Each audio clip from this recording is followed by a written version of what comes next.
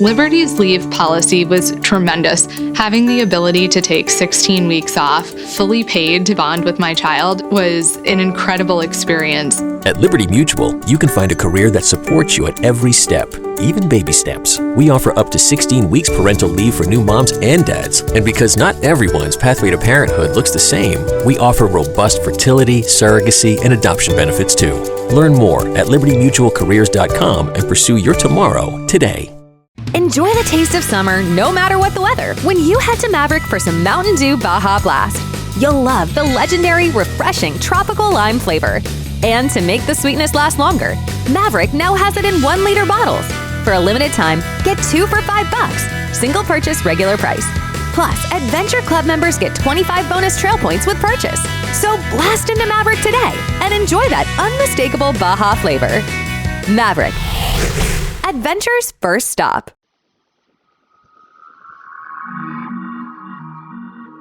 I'm Laurah Norton, and this is One Strange Thing, the show where we search the nation's news archives for stories that can't quite be explained.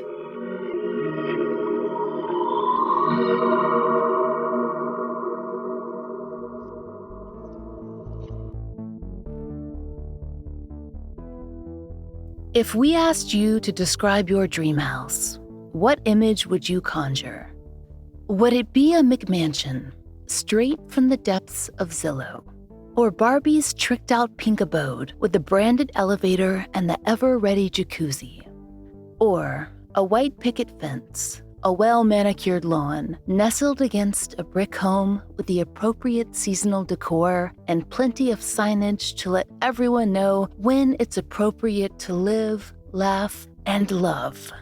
Or the kind of place you imagined as a child during those ill-fated games of MASH, which were always rigged, by the way, and we're suspicious of children who can fold paper so expertly. But when you were a normal child, the house you'd imagine was filled with all the things you hoped adulthood would bring. Giant TVs, endless cereal, the good kind with lots of sugar, a game room set up with Xboxes and PlayStations, and not a grimy foosball table. A refrigerator, but the fancy kind with an ice maker on the front. Endless beanbags. Tip-top luxury. Or maybe you were a little different. Maybe you climbed as high as you could into the tallest tree you could find and wondered about what it would be like to build a home in its branches. Maybe you thought about carving a place for yourself on a lonely mountaintop. Maybe you sat on the beach, building sandcastle after sandcastle and watching the tide come in to pull them away. Maybe you imagined a future when they could stay. There are some people who hold on to those notions, the eccentrics who seem to pop up, if not in most towns, at least in most states. Nearly every corner of the United States has a building that is the result of a dreamer's greatest dream, an imagination that refused to quit, an architectural love song to unbridled fancy. These folks happily tinker away at their little or not so little dream homes, building giant prairie chickens like in Oklahoma, or a paper house in Massachusetts, or even a replica of the Munsters Mansion in Texas. And there are the castles. Oh, there are plenty of those. Lots of regal fantasies from one coast to another. But there was one man, way back in 1929, who had a particular and specific desire. He wanted to construct a life-size sandcastle out in the Arizona desert. He didn't have any equipment to speak of, and he didn't have much money either.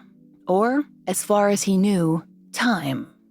You see, this man, Boyce Gulley, a 47-year-old former shoe salesman, had recently received a diagnosis of tuberculosis, the consumption. And in 1929, that could still be a death sentence. And so, he reevaluated his life in the Pacific Northwest. The southwestern climate could be good for his health.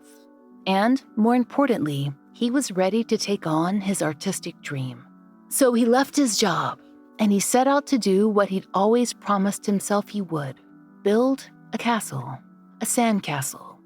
He'd just have to figure out how once he got there. He took his time, but per the Miami Herald, he made it there in 1930.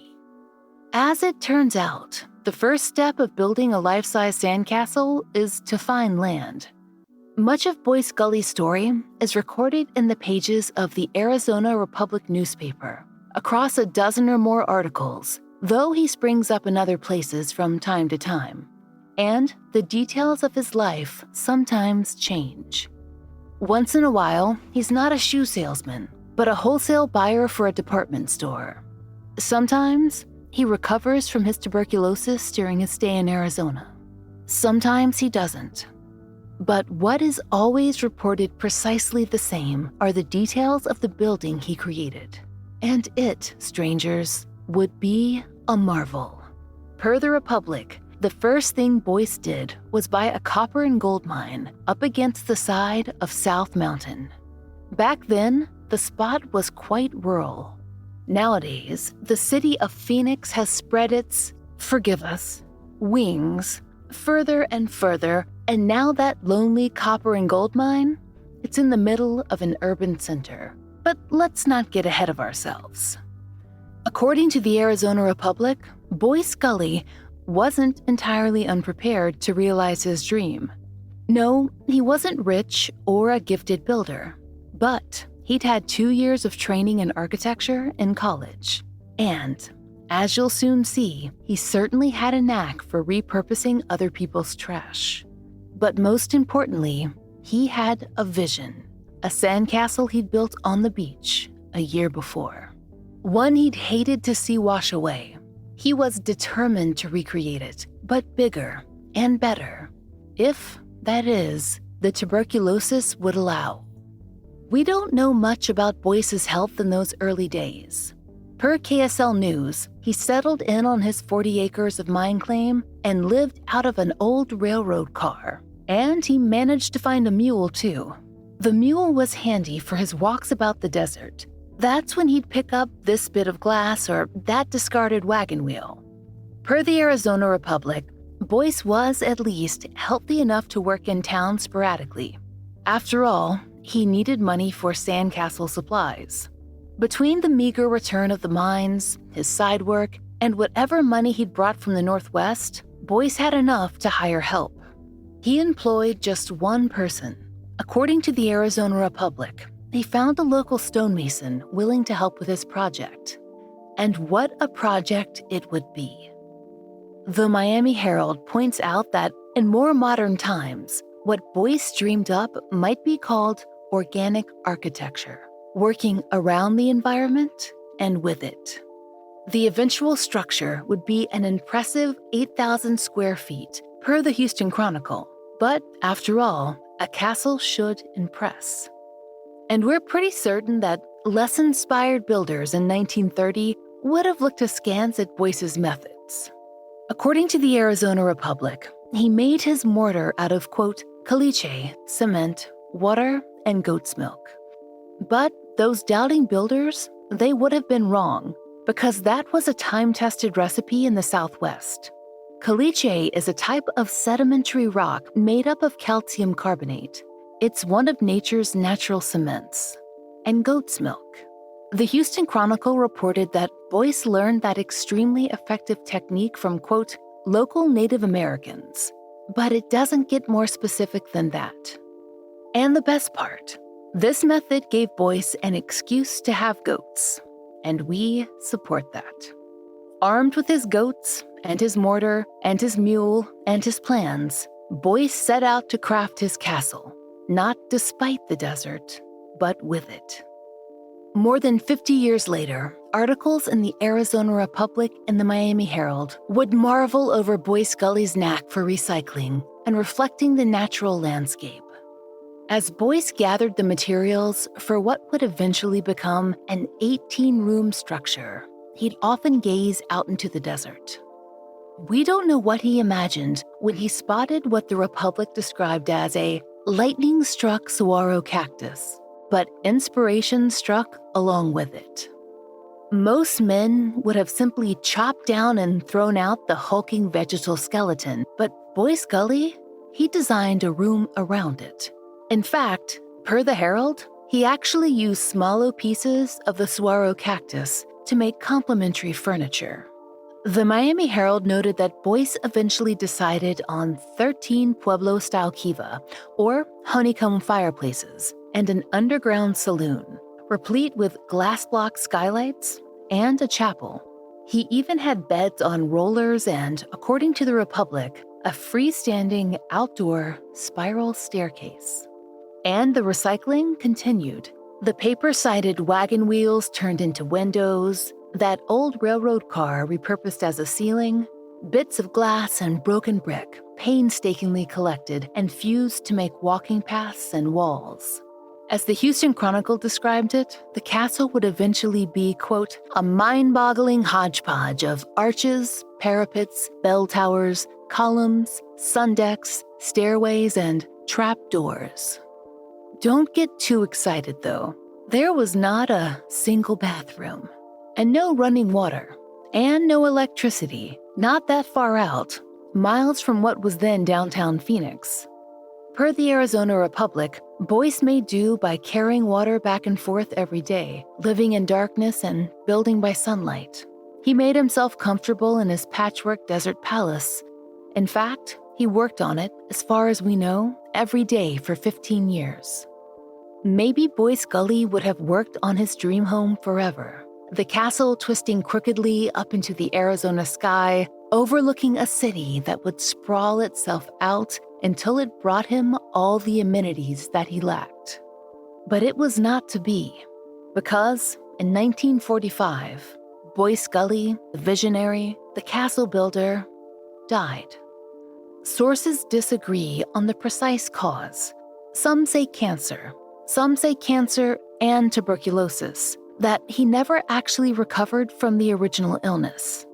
Others list tuberculosis as the only cause, but those seem to be incorrect, as at least 2 articles note that he left behind unpaid bills for cancer treatment. But he also left behind a legacy, a gorgeous, bizarre, utterly unique monument to the power of human imagination. Boyce had done it, what so few before him had. He had seen his vision, and he had made it so. And that would be the end of his story. A remarkable story, surely, except for one strange thing. Boyce Gulley had left behind more than the rain and the trees of Washington state. And he didn't spend 15 years isolated in the desert, building his own dream house. Actually, he'd been building his daughter's. That daughter, Mary Lou Gulley, had been left behind with her mother in the Pacific Northwest, abandoned, or so it seemed to them. And for reasons he never fully explained, she never knew her father was constructing his princess a castle until after he was gone.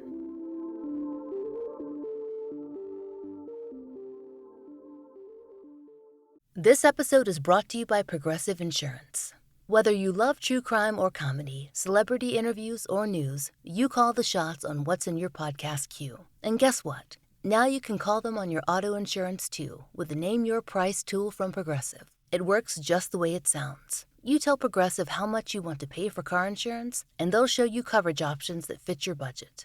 Get your quote today at Progressive.com to join the over 28 million drivers who trust Progressive. Progressive Casualty Insurance Company and Affiliates. Price and coverage match limited by state law.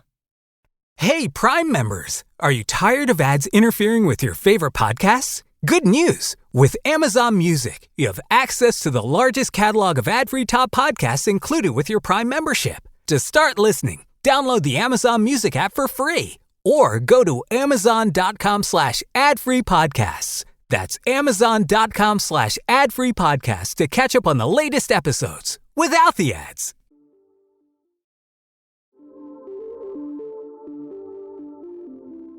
Mary Lou Gulley was born in 1923.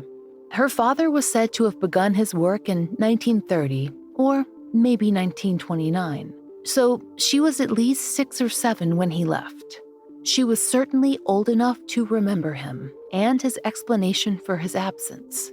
She later told the Arizona Republic, "He said he wanted to pursue his dream of being an artist. It broke my heart that he left us." In happier times, he'd read Mary Lou Hans Christian Andersen fairy tales at night. And, according to the castle's official website, he'd built her many sandcastles on the beach. And according to that website, those memories had stayed with Boyce too. Quote, "In his heart was permanently etched the vision of those precious moments when he and his little girl, Mary Lou, built sandcastles on the beach in Seattle. How she would cry when the tide washed them away. 'Please, Daddy, build me a big and strong castle someday I can live in. Maybe you ought to build it in the desert where there is no water.'" And so, when he left his wife and daughter, well, that's what he did. Except he didn't tell them. Not precisely. The Arizona Republic's own archives are in conflict on this point. Some say he never told them what he was up to, besides, well, being an artist, somewhere else. A 1984 retrospective, though, notes that he had written sporadically about building a house, and that Mary Lou had asked to visit him after her high school graduation, but that her father had said his modest little shack wouldn't be fit for a young lady. It didn't have facilities after all. He failed to mention the turrets and trapdoors. In fact, it wasn't until the posthumous telegram arrived that Mary Lou knew the truth.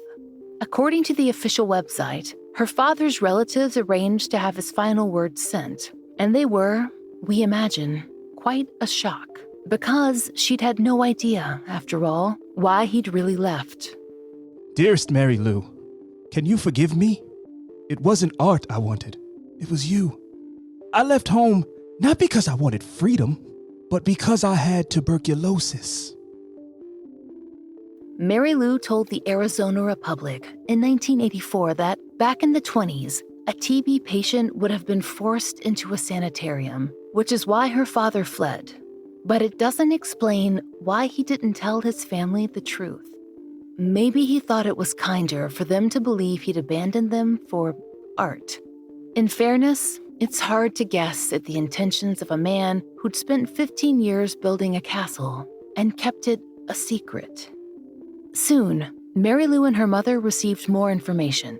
The home her father had been building, it was theirs now, all the way in Arizona. According to the Arizona Republic, Mary Lou wasn't keen to head off to the southwest. After all, she didn't know a castle was waiting for her. But her mother, for whatever reason, was determined. Maybe she wanted to see just what her husband had been up to for the last 15 years. Those years couldn't have been easy ones for her, and the first discovery on their arrival to Phoenix was unpleasant. Those medical bills we mentioned, they were still unpaid, and now the Gulley women were responsible for them. Problem was, they were absolutely broke. And when they made it to the castle, well, it was impressive from the outside, certainly, but it sat in, well, a desert. At best, a radical shift from their home in the Pacific Northwest. And on the inside of their new desert palace, quote, cobwebs, scorpions, rodents, and an unwashed caretaker named Charlie. Yeah, we don't know where he came from either, but that's a great detail. Soon, though, the details of Boyce Gulley's legacy would become clear. According to his will, if Mary Lou and her mother would live in the castle for 2 years or so, until January 1st, 1948, Mary Lou would receive her full inheritance, whatever that might be.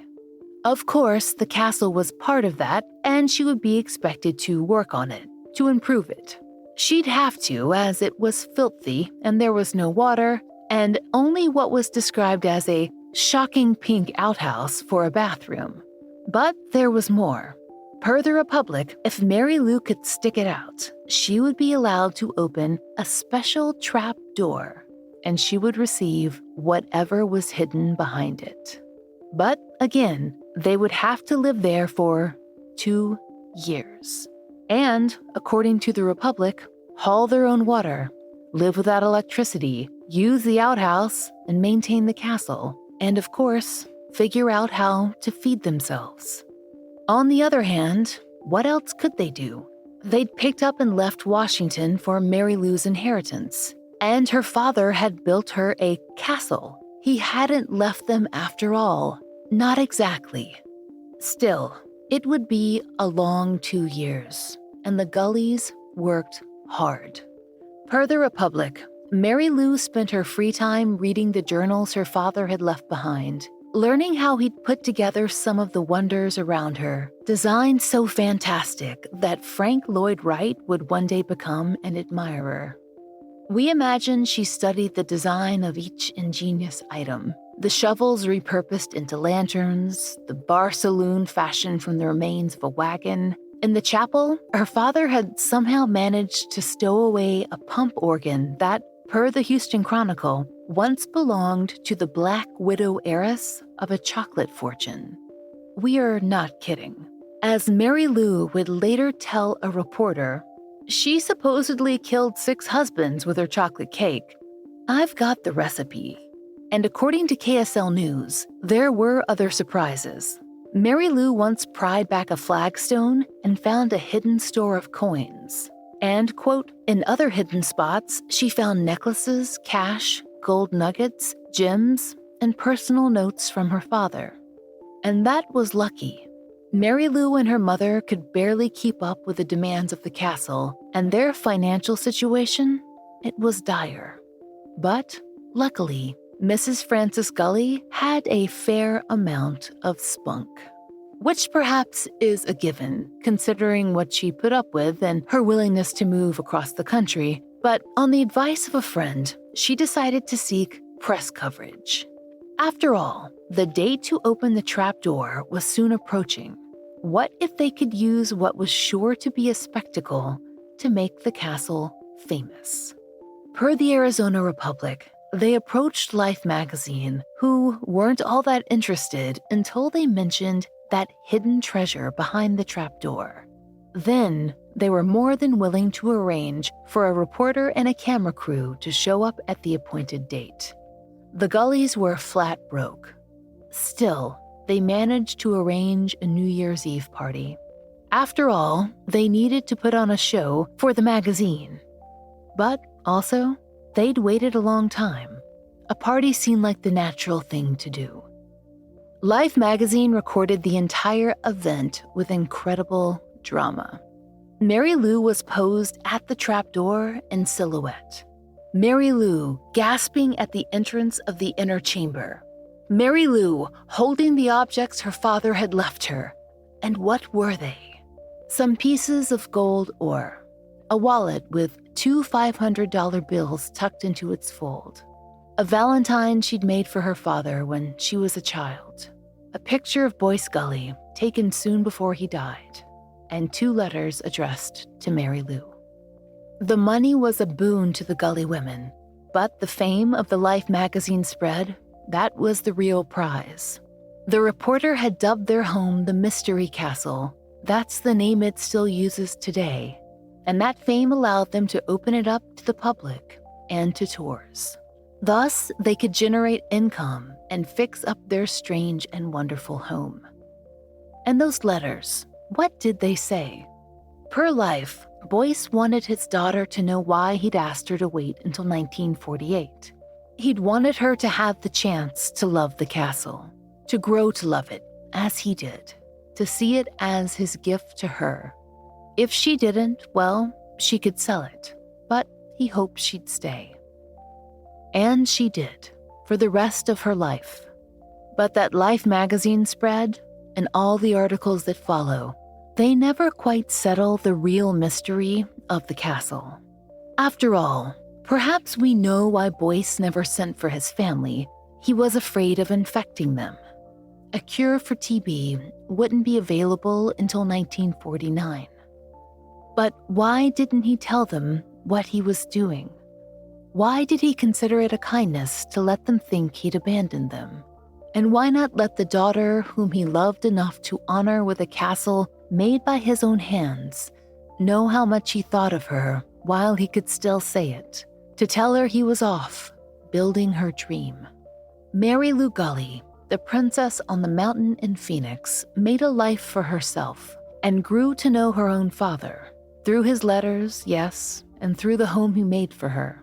But mostly, she learned through her own construction project, one that lives solely in her imagination, where piece by piece she built the relationship with her father that they hadn't gotten to share in life.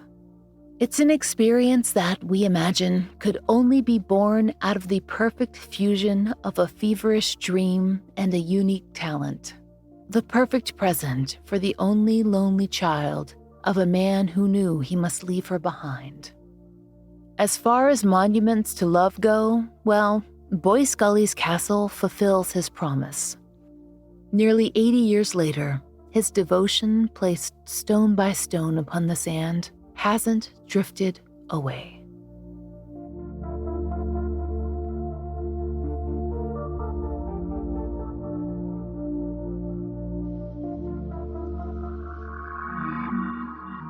We hope you'll join us next time for another real-life story from the fine print of America's local papers.